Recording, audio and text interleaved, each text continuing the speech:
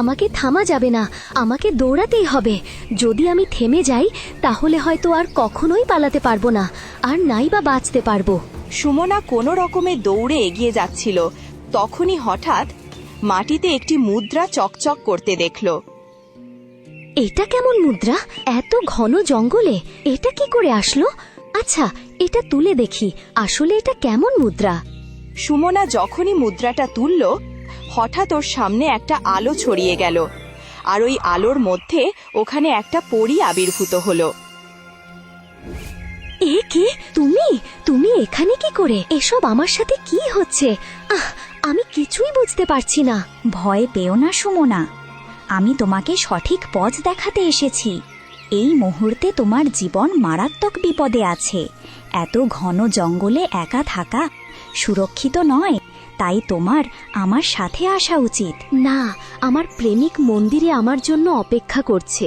আমি কনির পোশাকে ওকেই বিয়ে করতে যাচ্ছিলাম, কিন্তু কেউ আমার পিছু নিয়েছে, আর সে আমাকে বন্দি করতে চায়। আমার কথা শোনো, ওখানে যেও না। তুমি যেখানে যাচ্ছ সেখানে ভয়াবহ বিপদ তোমার অপেক্ষা করছে। তুমি কি বলছো?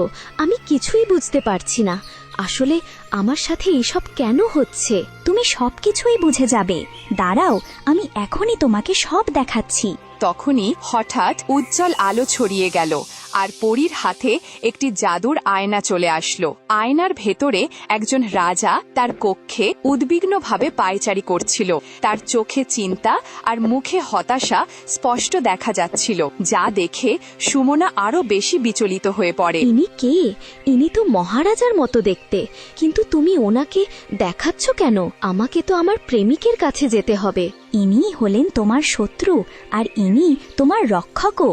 এটা তুমি কি বলছো? কোনো এক ব্যক্তি কিভাবে একই সাথে আমার শত্রু আর আমার রক্ষক হতে পারে? আমি কিছুই বুঝতে পারছি না। তখনই উজ্জ্বল আলো ছড়িয়ে পড়ে, আর সামনে হঠাৎ একটি পথ আবির্ভূত হলো। তুমি যদি এর পরের সত্যি জানতে চাও, তাহলে তোমাকে এই রাস্তায় যেতে হবে। বাকি কথাগুলো আমি এখানে বলতে পারবো না। আমার বর হয়তো আমার জন্য অপেক্ষা করছে, কিন্তু এই মুহূর্তে আমার নিজের পরিচয়টা জানা বেশি জরুরি। ঠিক আছে, আমি যাওয়ার জন্য প্রস্তুত। তারপর সুমনা সেই পথ ধরে হাঁটতে শুরু করে, আর অল্প কিছু দূর যাওয়ার পর একটি গুহার কাছে পৌঁছায়। সেখানে একটি কালো কাক বসেছিল। এসো সুমনা, আমি কবে থেকে তোমার জন্য অপেক্ষা করছি। আমি জানতাম তুমি এখানে অবশ্যই আসবে। এ কি? তুমিও আমাকে চেনো? পরিও আমাকে চেনে? কিন্তু আমি নিজেই জানি না যে আমি কে, আর আমার সাথে এসব কেন হচ্ছে। তার জন্য তোমাকে প্রথমে তোমার জন্মের রহস্য জানতে হবে। এটা কি করে হতে পারে? আমাকে তো আমার বাবাই বড় করেছে, তিনি আমার জন্য সবকিছু। না, উনি শুধু তোমাকে বড় করেছে, কিন্তু তুমি ওনার সন্তান নও। তোমাকে এই সত্যটা জানতে হবে, আর সেজন্য তোমাকে প্রথমে তোমার মা আর ওই রাজার সত্যটা জানতে হবে, যাকে তুমি ওই আয়নায় দেখেছিলে। আমার প্রাণের শত্রু কে? আমি তো কখনো কারো ক্ষতিও করিনি। শোনো, এটা সেই সময়ের কথা যখন তোমার মা এই রাজ্যের একমাত্র রাজকুমারী ছিল, আর ওই রাজা অন্য কেউ নয়, বরং উনি হলেন তোমার মামা। একদিন তোমার মা ঘন জঙ্গলের মধ্যে দিয়ে হেঁটে যাচ্ছিল। রাজকুমারী যশোদা তাড়াতাড়ি প্রাসাদ থেকে বেরিয়ে আসে। ওখানে অশোক আগে থেকেই দাঁড়িয়েছিল। হ্যাঁ, রাজকুমারী, বলুন কি হয়েছে? আপনি আমাকে এখানে কেন ডেকেছেন? দেখো, আমার বাবা মা জীবিত নেই। আমার এক ছোট ভাই আছে, যে এখনো রাজ্যের দায়িত্ব নেওয়ার মতো সক্ষম নয়। এই রাজ্যের সমস্ত দায়িত্ব এখন আমার উপরেই রয়েছে, তাই এত বড় সিদ্ধান্ত আমি নিজেই নিচ্ছি। আমি তোমাকে বিয়ে করার জন্য প্রস্তুত। তুমি কি আমাকে বিয়ে করবে? কি বিয়ে? আপনি কি বলছেন? এই রাজপ্রাসাদে আমি তো একজন সাধারণ কর্মচারী। আপনাকে আমি কিভাবে বিয়ে করতে পারি? দেখুন রাজকুমারী, আপনি তো জানেন আমি একটা গরিব ঘরের ছেলে। আমার কাছে ধন সম্পদ নেই, নাইবা বড় নাম আছে। তারপরও আপনি কি এইসব জেনে শুনেই আমাকে বিয়ে করতে চান? তুমি খুবই ভালো মনের মানুষ, প্রাসাদের সবচেয়ে পুরনো ও বিশ্বস্ত সদস্য। ধন সম্পদ আমার কাছে কিছুই না, তাই আমরা দুজন বিয়ে করব। আর বিয়ের পরেও আমি 2-3 বছর পর্যন্ত রাজপ্রাসাদেই থাকব। কারণ এখন আমার ভাইয়ের মাত্র 18 বছর। যতক্ষণ আমার ভাই সম্পূর্ণভাবে 21 বছর বয়সী না হয় আর রাজপাট সামলানোর যোগ্য না হয়, ততক্ষণ রাজ্যের দায়িত্ব আমাকেই নিতে হবে। আর এটা আমার এই রাজ্যের রানীর আদেশ। তুমি এটা অমান্য করতে পারবে না। ঠিক আছে, যদি আপনার মানে তোমার কোনো আপত্তি না থাকে, ঠিক আছে, তাহলে আমারও কোনো আপত্তি নেই। আমি সবসময় তোমার সাথে থাকবো। ঠিক আছে, চলো তাহলে বিয়ে করি। তারপর দুজনে গোপনে বিয়ে করে নেয় আর তারপর প্রাসাদে ফিরে আসে। আর রাজকুমারী তার ভাইকে সত্যিটা জানায়। কি দিদি, তুমি আমাকে না জানিয়েই এই গরিব ছেলেটাকে কেন বিয়ে করলে? আমি অশোককে অনেক ভালোবাসি, আর প্রত্যেক মেয়েই নিজের জন্য সঠিক জীবনসঙ্গী বেছে নেয়। যদি আমি প্রকাশ্যে ঘোষণা করতাম যে আমি একে বিয়ে করতে চাই, তাহলে কেউই এই সম্পর্কটা মেনে নিত না। সেজন্য আমাকে গোপনেই বিয়ে করতে হয়েছে। ঠিক আছে দিদি, তুমি আমার থেকে বড় আর তুমি ভেবে চিন্তেই এই সিদ্ধান্ত নিয়েছো, তাই আমার কোনো আপত্তি নেই। শুধু তুমি নিজের খেয়াল রেখো। না ভাই, তুমি যথাযথভাবে রাজ্যের দায়িত্ব গ্রহণ করার আগ পর্যন্ত আমি এখানেই তোমার সঙ্গে থাকব। হ্যাঁ মহারাজ, আমি আপনার বোনকে নিয়ে এখানেই থাকবো। শুধু আপনি আমাকে একদিন সময় দেন, যাতে আমি একে আমার পরিবারের সাথে দেখা করাতে পারি। ঠিক আছে। আমি আমার দিদিকে অনেক ভালোবাসি। আমার দিদি কোনো সিদ্ধান্ত নিলে তাতে আমার কোনো আপত্তি নেই, কিন্তু আগামীকাল সূর্যোদয়ের আগে আমার দিদি রাজপ্রাসাদে আবার যেন ফিরে আসে। তারপর যশোদা অশোকের সঙ্গে ওর গ্রামে যায় আর ওর বাড়িতে প্রবেশ করে। ওখানে অশোকের দিদি অনুরাধা ছিল। এই কি ভাই, তুমি আমাকে না জানিয়েই বিয়ে করে ফেললে? হ্যাঁ দিদি, এ হলো আমার বউ যশোদা। ঠিক তখনই লক্ষণও ওখানে চলে আসে। ও বহু বছর ধরে শ্বশুর বাড়িতেই ঘর জামাই হিসেবে থাকতো। আরে বাহ শালা সাহেব, বাহ বাবা বাবা বাহ, তুমি তো কামালি করে দিলে। একজন রাজকুমারীকে বিয়ে করে ফেললে। হ্যাঁ হ্যাঁ হ্যাঁ হ্যাঁ হ্যাঁ, এবার তো তোমার কপাল খুলে গেছে। হ্যাঁ এই দুজন কারা অশোক? যশোদা, এ হলো আমার দিদি অনুরাধা, আর এই আমার দাদাবাবু লক্ষণ।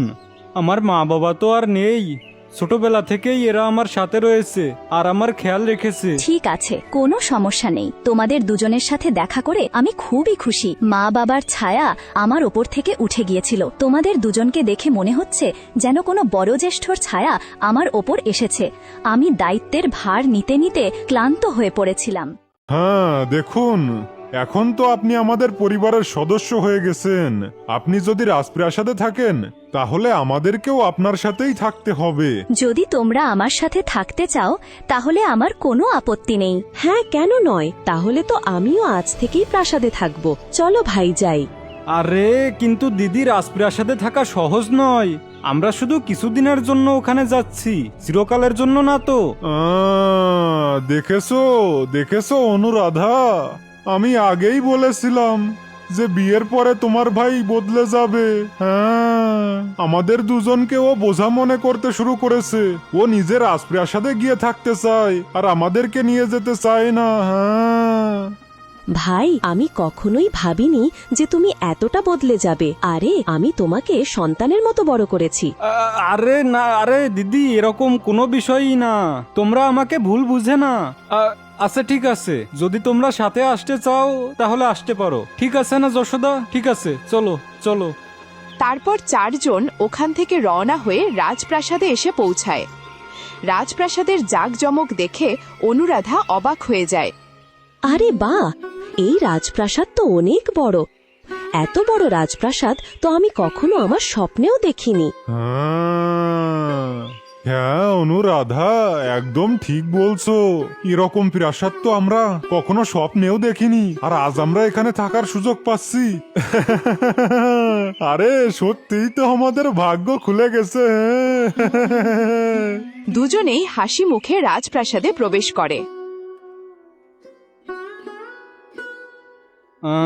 যশোদা, জানি না কেন আমার মনে হয় যে এদের দুজনকে রাজপ্রাসাদে আনা উচিত হয়নি। কোনো সমস্যা নেই অশোক, এনারা এখন আমাদেরই পরিবার। আমাদের সাথে থাকতে এনাদের কোনো আপত্তি থাকবে না। আর এমনিতেই আমার ভাই আমাকে অনেক ভালোবাসে, ও আপত্তি করবে না।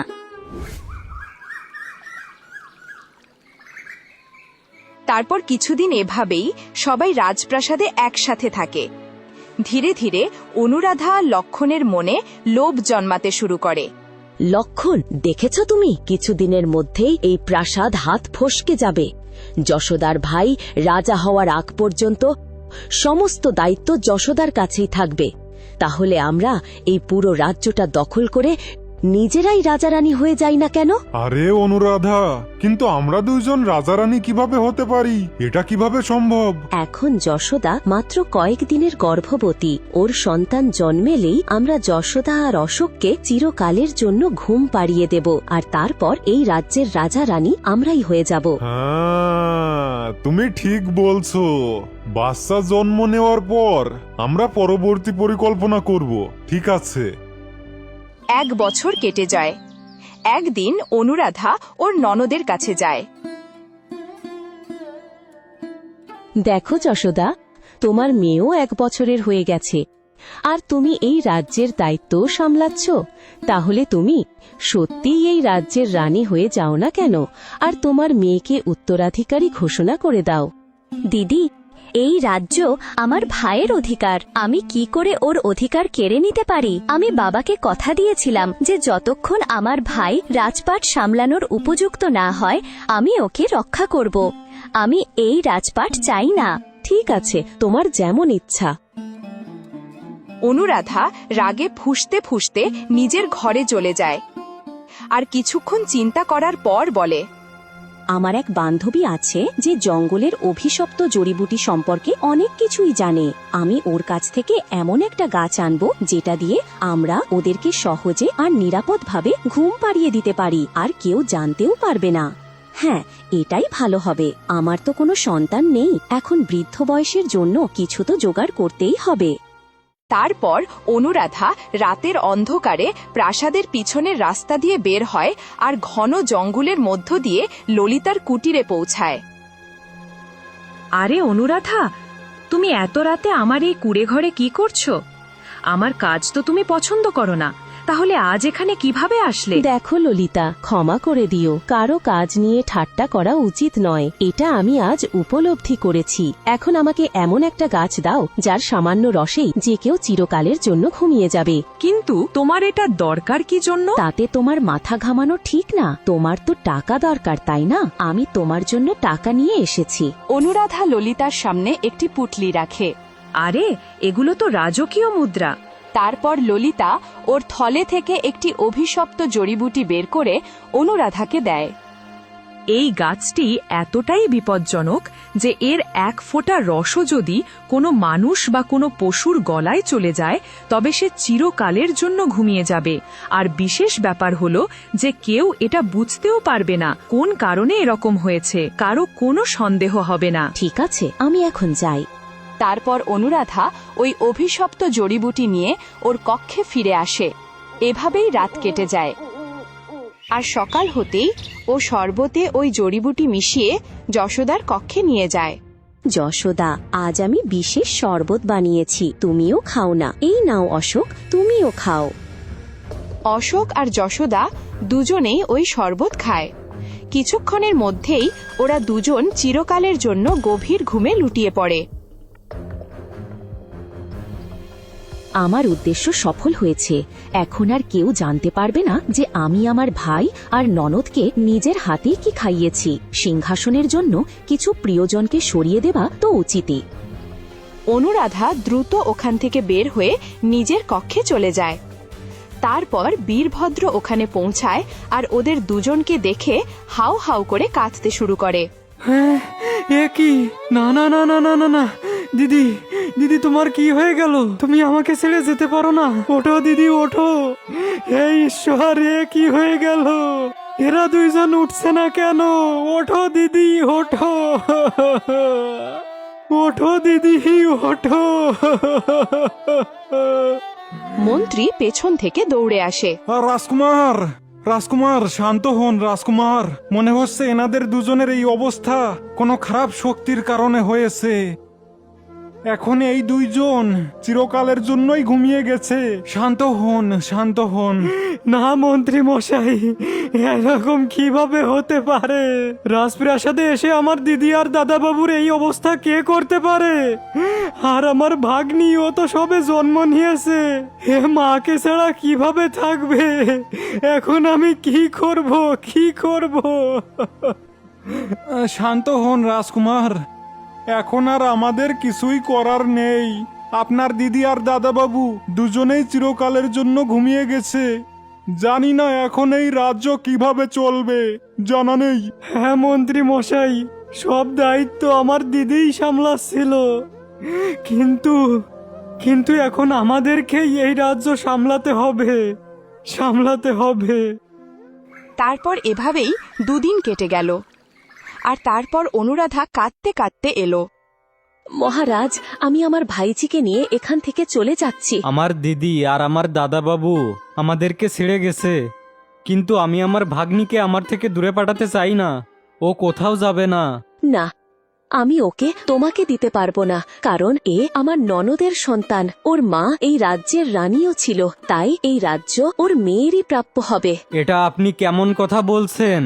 এই রাজ সিংহাসনের অধিকার হলো আমার, কারণ আমি হলাম এই রাজ্যের রাজকুমার। আর যদি আমার ভাগ্নির কোনো অধিকার থাকে তাহলে সেটা আমি অবশ্যই দেব, কিন্তু যখন ও বড় হবে তখন আমি এই রাজ সিংহাসন ওকে দেব। আমি কি করে নিশ্চিত হব যে পরে তুমি তোমার সন্তানকে এই সিংহাসন দিবে না? না, আমি আজীবন অবিবাহিত থাকব আর আমার ভাগ্নির লালন পালন করব। ওর কখনো কোনো কষ্ট হতে দেব না। এ কথা শুনে অনুরাধা প্রচণ্ড রেগে যায় আর ওর কক্ষে ফিরে আসে। ওখানে লক্ষণ বসেছিল। আরে কি হয়েছে? তোমার কাজ হয়েছে নাকি? হ্যাঁ, না, যতদিন ওই মেয়েটি বেঁচে থাকবে আমি এই রাজ্য দখল করতে পারবো না। ও যখন বড় হবে তখন সিংহাসন ও পাবে। তাহলে আমরা আজ রাতেই ওরও ব্যবস্থা করে ফেলি। তুমি একদম ঠিক বলছো। চলো এই শেষ কাজটাও সম্পূর্ণ করে ফেলি। হ্যাঁ। মাঝরাত হতেই অনুরাধা আর লক্ষণ চুপি চুপি সুমনার কক্ষে যায় আর সুমনাকে তুলে নিয়ে এক ঘন জঙ্গলে রেখে আসে। কাপড়ে মোড়ানো এই শিশুটিকে ওরা সুমনা ভেবে জঙ্গলে রেখে আসে, কিন্তু ওটা কোনো শিশু নয়, ওটা ছিল একটি মোমের পুতুল। তুমি প্রাসাদে ছিলে, আমি পাশ দিয়ে যাওয়ার সময় তোমাকে তুলে নিয়েছিলাম আর তোমার জায়গায় মোমের পুতুল রেখেছিলাম। আমি তোমাকে রক্ষার দায়িত্ব নিয়েছিলাম, কিন্তু আমি তোমাকে পরিলোকে নিয়ে যেতে পারিনি, কারণ তুমি হলে মানুষ। তাই পরের দিন সকালে আমি তোমাকে এক বৃদ্ধের হাতে তুলে দিই। তাকে তার ছেলে আর বৌমা বাড়ি থেকে বের করে দিয়েছিল। তুমি পরিবার পেলে আর সে বাঁচার অবলম্বন পেল আর তোমাকে লালন পালন করে বড় করে তোলে। আমি মাঝে মাঝে এসে তোমার দেখাশোনা করতাম। তাহলে কি আমার মা বাবার সাথে এত বড় অন্যায় করা হয়েছিল? যদি মহারাজ আমার মামাই হন তবে এতগুলো বছর তিনি আমাকে খোঁজেনি কেন? যখন আমি চুরি হয়েছিলাম তখনই তার আমাকে খোঁজা উচিত ছিল। এখন আমি আর কখনোই ওনার কাছে যাব না। পরি মনে মনে হেসে বলে, এখন প্রাসাদে চলো, তোমার মামা সারা জীবন ধরে তোমাকে খুঁজছে। আমি তাকে সত্যিটা বলতে পারিনি। কেন? কারণ তোমার জীবন বিপদে ছিল। তুমি এমন জায়গায় ছিলে যেখানে কেউ সন্দেহ করেনি। যদি রাজা জানতে পারত তবে সে মৃত বোনের মেয়ের মধ্যে নিজের বোনকে খুঁজত আর প্রাসাদে নিয়ে আসত, কারণ রাজা আবেগপ্রবণ হয়ে পড়ত আর শত্রু সুযোগ পেয়ে যেত। তারপর সেই চক্রান্ত আবার করা হতো। আমি বুঝতে পারছি না যে আমি আমার রুদ্রের কাছে যাব, যে মন্দিরে অপেক্ষা করছে আমাকে বিয়ে করার জন্য, নাকি আমি মহারাজের কাছে যাব যিনি এতগুলো বছর ধরে ব্যাকুল রয়েছে। আমি মহারাজের কাছেই যাব, কারণ তার সাথে অনেক অন্যায় হয়েছে আর আমাকে আমার পরিচয়ও খুঁজতে হবে, তারপর আমি বিয়ে করব। তুমি একদম সঠিক সিদ্ধান্ত নিয়েছ। তোমাকে রাজপ্রাসাদেই যাওয়া উচিত। তুমি এই কাকটির সাথে যাও। এ তোমাকে নিরাপদে রাজপ্রাসাদে পৌঁছে দেবে। আর তোমার হাতে যে মুদ্রাটি আছে, যখনই তোমার আমার সাহায্যের প্রয়োজন হবে এই মুদ্রাটি ওপরে ছুঁড়ে দিও, আমি তোমার কাছে চলে আসব। হ্যাঁ হ্যাঁ, অবশ্যই আমি তোমাকে সুরক্ষিতভাবে রাজপ্রাসাদে পৌঁছে দেব। চলো, তুমি আমার সাথে এসো, চলে এসো।